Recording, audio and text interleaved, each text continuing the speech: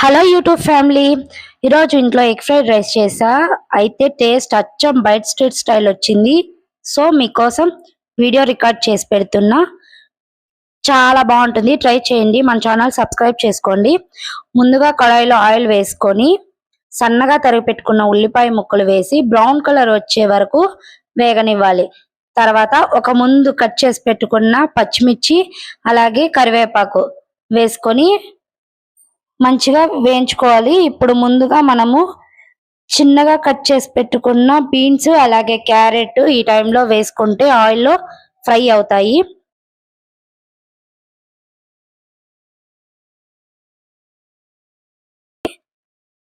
మంచిగా 5 to 6 minutes పచ్చివాసన పోయేలా వేయించుకోవాలి.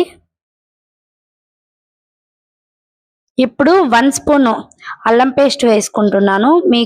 అల్లం పేస్ట్ పచ్చివాసన పోయేలా వేయించుకోవాలి.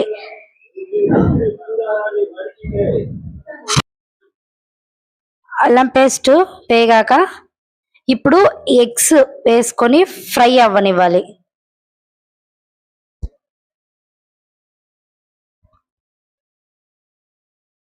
మంచిగా వెజిటేబుల్స్ లోనే ఎగ్స్ అనేది మంచిగా ఫ్రై అవుతాయి.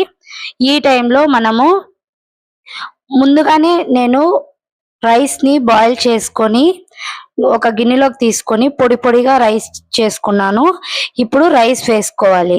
రైస్, వెజిటేబుల్స్ అలాగే ఎగ్స్ మిక్స్ అయ్యేలా కలుపుకొని ఇప్పుడు కారం పొడి, ధనియాల పొడి, గరం మసాలా, పెప్పర్ పొడి అలాగే సాల్ట్ వేసుకొని ఒకసారి మిక్స్ అయ్యేలా కలుపుకోవాలి.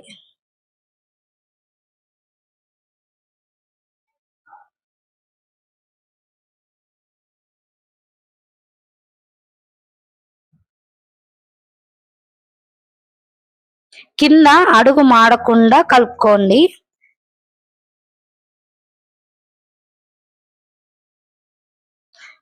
చూసారా, పొడి పొడిగా ఉంది రైస్. ఇప్పుడు సోయా సాసు అలాగే వెనిగర్ సాసు కొద్ది కొద్దిగా తీసుకుంటున్నాను. సాస్లన్నీ మిక్స్ అయ్యేలా కలుపుకోవాలి. ఫైనల్ గా కొత్తిమీర వేసుకొని సర్వ్ చేసుకోవడమే.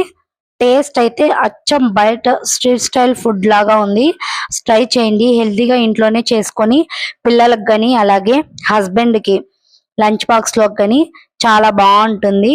ఒకసారి ట్రై చేయండి. మన ఛానల్ని సబ్స్క్రైబ్ చేసుకోవడం మర్చిపోవద్దండి. మీరు ఈ వీడియో నచ్చినట్లయితే లైక్ చేయండి, షేర్ చేయండి.